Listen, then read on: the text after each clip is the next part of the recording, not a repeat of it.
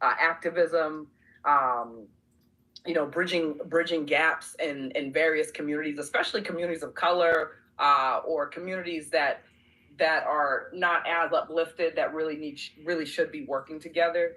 And then it was also a point, playing Gavin's father, for instance, and doing the monologue where he talks about the day that it happened and watching his son get murdered and what that meant for him. But then also this man going through such trauma, but then giving a handout, reaching a handout as a mode of peace and in a white flag to the young Hasidic Jews family that was murdered in retaliation for that young black child. And really saying, I don't want war. I don't want, what I really want there to be peace, and really bringing that together, but culminating that monologue and really being able to bring my experiences and my full self to it, but then also creating this moment was really powerful. It was a really powerful moment. I have like a photograph from it where I'm like, just, you can see the passion and the emotion like pouring out of me, and my two castmates are like tearing up the set, because through the end it turns into a riot. We be like, we kind of emulate the riot that happened. And it was such a powerful piece where it showed me theater it's supposed to be a rallying cry. Theater is supposed to make the audience uncomfortable. It's supposed to make you think. It's supposed to show a mirror up to the world of what is actually happening.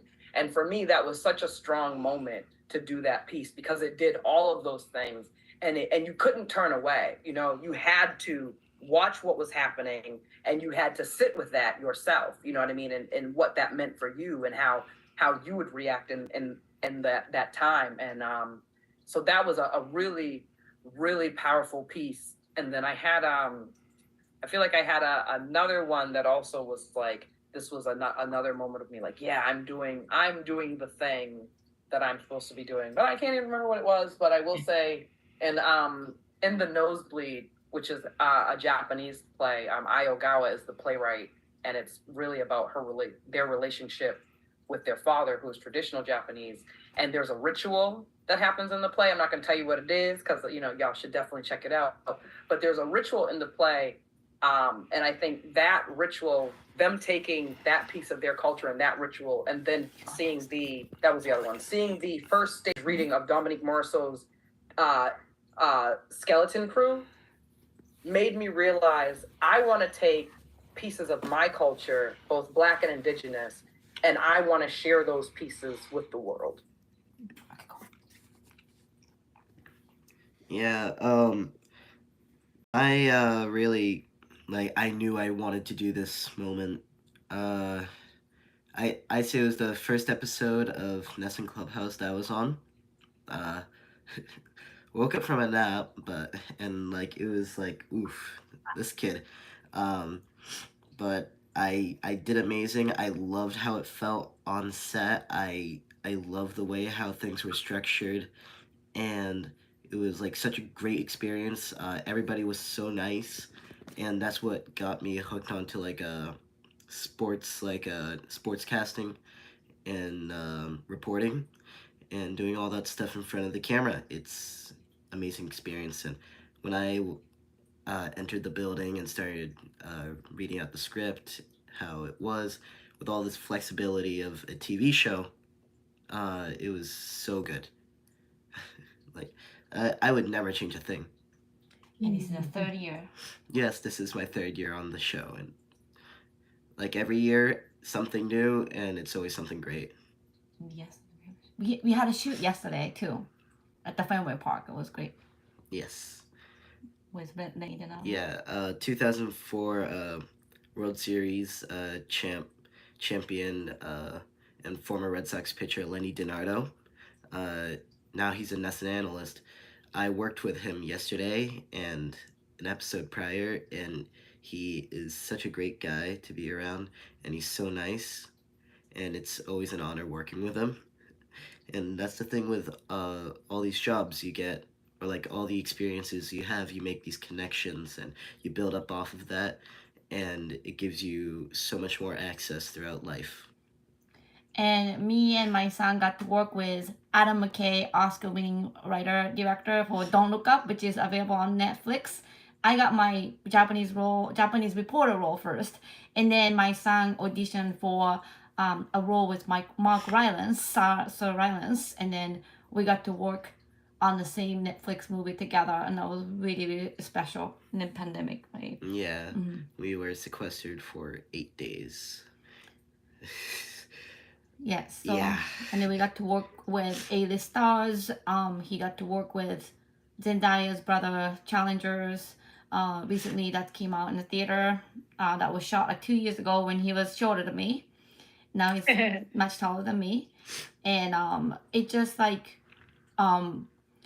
star treatment, and then being on the set, and then being respected, and everyone's working really hard for just maybe 2 minutes of the screen that you see on the movie for like 12 hours a day. But there are PAs, there's so many extras, so many different people that are making the film happen, and Nest and Clubhouse included, but all the movies, and then So much effort. commercials, everything behind the scene. I think we've learned so much together, and then I feel that the whole team effort that comes out through screening, like watching TV, watching movies, and yourself on the screen, that's just surreal feeling.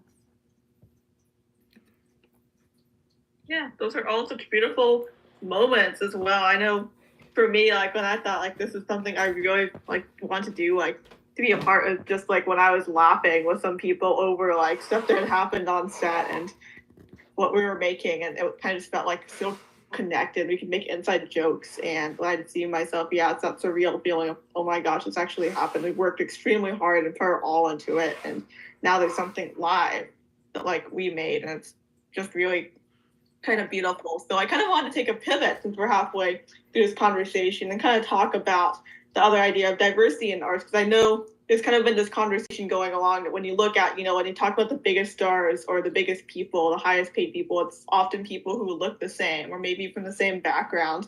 And there's a lot of talk like things are getting better now about access, and people who may not have as many resources, people who are from like marginalized communities don't get as big of a piece of the pie in the industry. So when you all were like younger artists, I know y'all found a lot of success now. Were there really any barriers or obstacles you faced to kind of gain the training or experience you needed to succeed? And how did you overcome that?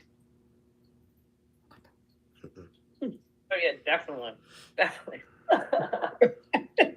Right. It's like part of the game, right? It's Right. like, Yeah, right. It's like rites of passage for people of color, I feel like. Not that it should be. Not that it should be.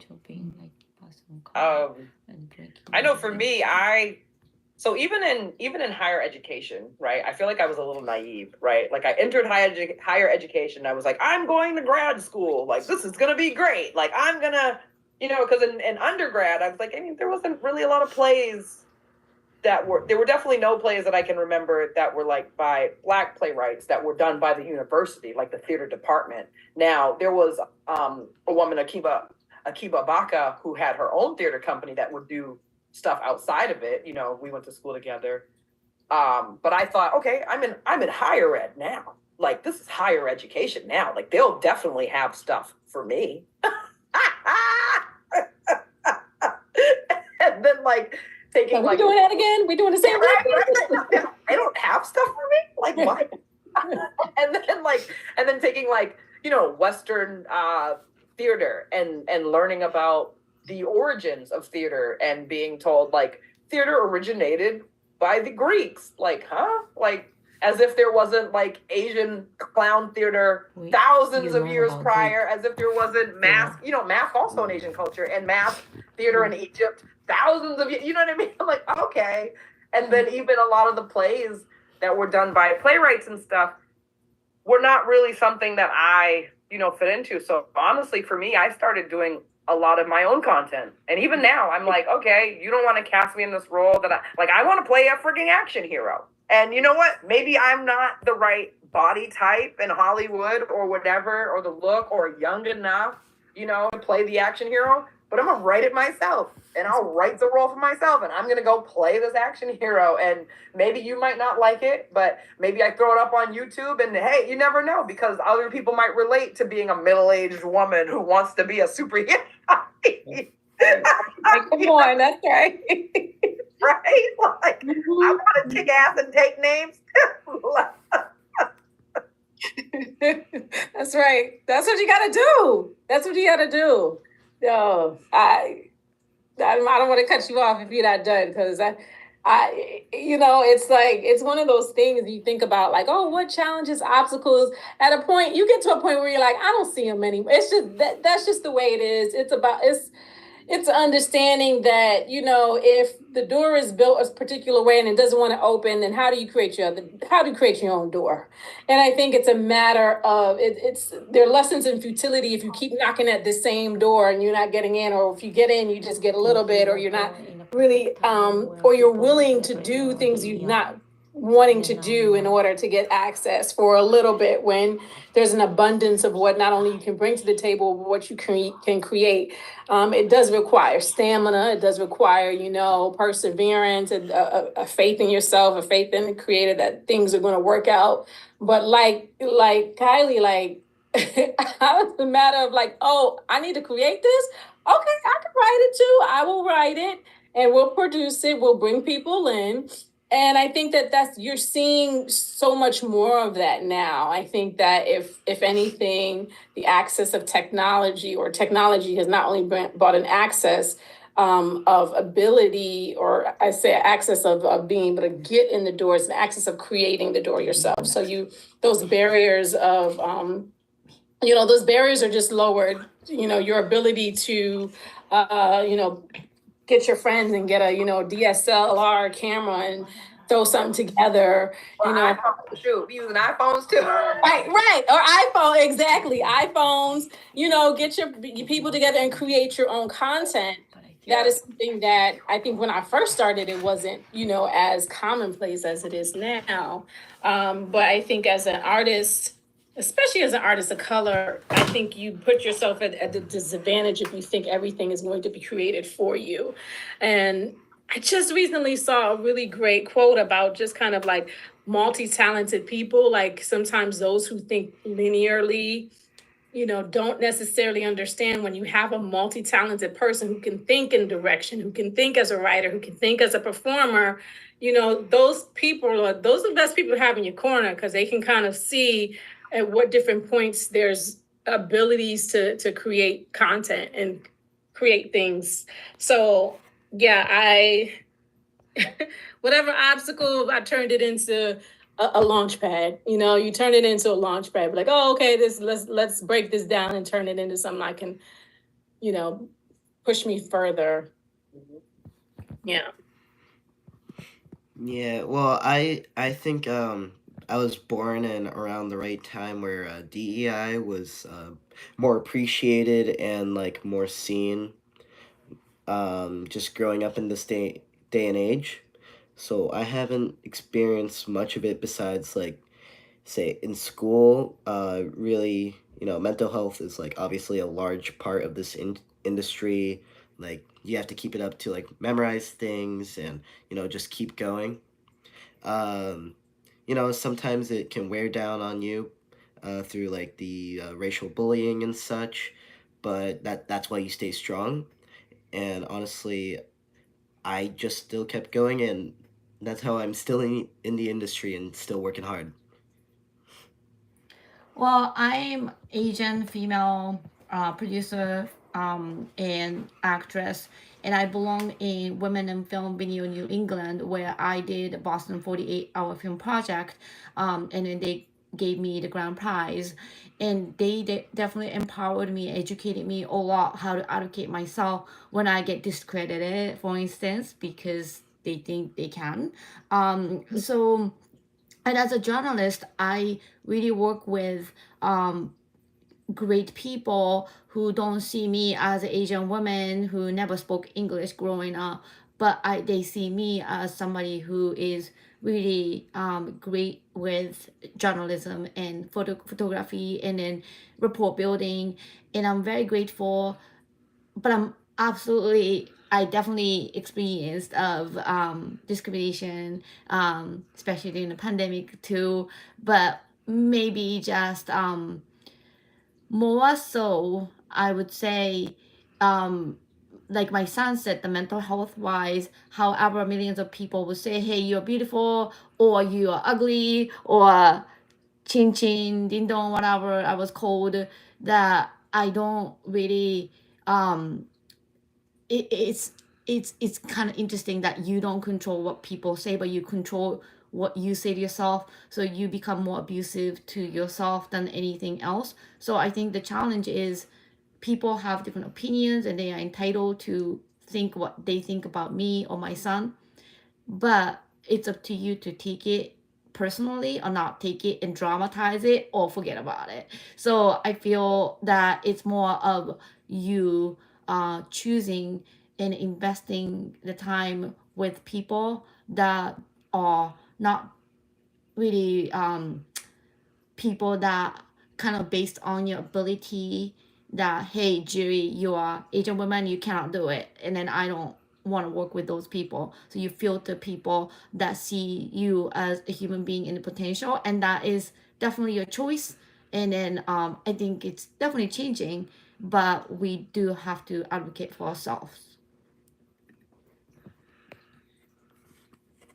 Yeah, those are all really, really great responses there. A lot of it is also about your self belief and overcoming those barriers and just kind of knowing that you can overcome all that because there is space and that there's not this fight over a piece of the pie and stuff there. So I kind of want to move on now to a kind of deeper question that I think you all can kind of answer, but it's kind of about how do you define your artistic identity, and does your work kind of define you, or do you define your work?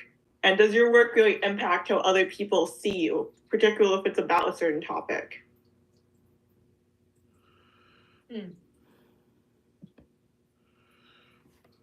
Yeah, I mean, I'll go if how do you define your artistic identity? I think there's so many like labels we can wear. Even hey, I'm a multi hyphenate. I can write. I can act. I direct. I'm actually my next project is directing Sweat by Lynn Nottage at the Long Beach Playhouse. And thinking about even when I think about those labels, it's still what's the content you're putting out in the world? What do you want people to walk away with? What do you want them to leave? What message are you, being able to have people connect with that How do you is reply to simultaneously, going to make them think of you. And when I think of the work, either what I'm creating or what I'm aligning myself with, it's definitely work that is, going to heal the human spirit, bring people together,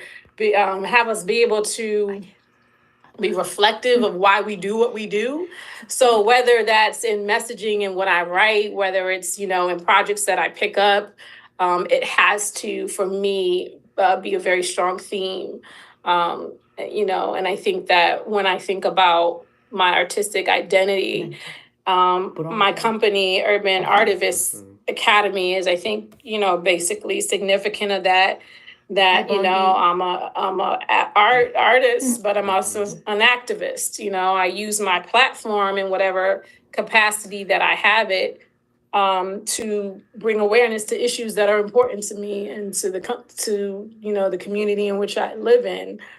And when I say community in which I live in, yes, I'm a Black woman, but I'm also Caribbean. My ancestry, I'm also have nieces and nephews who are mixed identity, who we have those conversations about, like, what does it mean to embrace all the aspects of our culture, and not condemn different elements of it for the sake of limited resources or the thought of scarcity and all those other things we talk about, that motivate us to want to be on top and put someone on the bottom. So yeah, I feel like and I think that as an artist, you got to be clear on why you do what you do, why you do what you do, and I think that those opportunities will find you, and you will find those opportunities the more you clarify, for yourself, like what this work is for, or why you're doing what your purpose is. And I use that word a lot, but yeah. So yeah, I think if that defines my artistic identity, I'm an activist and an artist rolled up in one.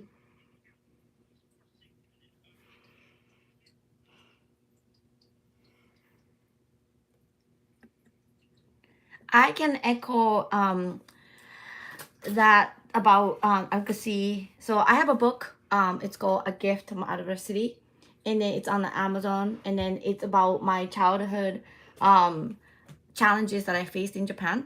But as Asian female, again, who went through a lot, we are considered to not be, well, we're considered to be shy and then not talk much, and then really like shut our mind and then wear social mask and hide our emotion. That's my background. So I'm way opposite of it. And then now I became a journalist, that I became a voice for so many people. I've written over 600 articles, and then I became a filmmaker and a storyteller, that I became somebody else's voice, and I'm highly aware of what I pick and what I write, what I choose, and who I interview.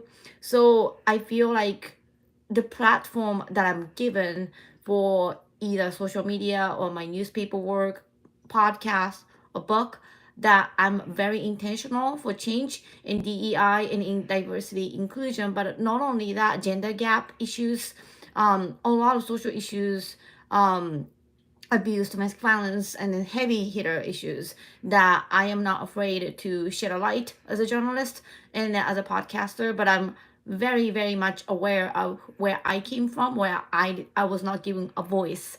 So it's very important for me to take advantage of being America, and then being like super grateful that some of the countries that women, as women, like we just don't have a voice, period. So I'm very grateful for being in America right now. What's the question? Yeah, those are all very beautiful responses, kind of talking about your own kind of voice and just how lucky, everyone is kind of, there's this privilege, even feels to be able to be in the arts and express yourself and to kind of give back, kind of just because it's so great that you want to share kind of life and joy with other people, that I feel like you all were talking about there. Oh yeah, I'm going to cut this out, but side note too, Jerry, I know you said something about 6 and you needing to head out. Is it you and Jaden? Yeah. Did you want to give us any final words or kind of say like you're quickly going to head out before you Yes. Well, thank you so much for the opportunity, and then I really appreciate it.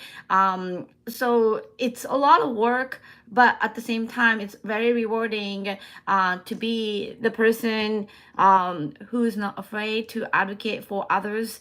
And then I feel really grateful that my son is actually nominated for DEI category, celebrating AAPI month, interviewing Masataka Yoshida, a Japanese player in Japanese last year. And then I'm very grateful for Emmy to even have the category of DEI and celebrating diversity. But it's very interesting that I think we are in works still. It's definitely better than 20 years ago, but we do have a lot of work ahead. And any advocacy work, any storytelling, any inclusion type of work can change people's minds. Hey, that woman can do it, that kid can do it, and it exemplify and really amplify the voices we have as a human being. And I think it's important and to know that you are investing your time to multi-generations to come. Yeah, thank you so much for those words. I'm so glad to be able to have you and your son here to share your voice and your inspiring story and stuff.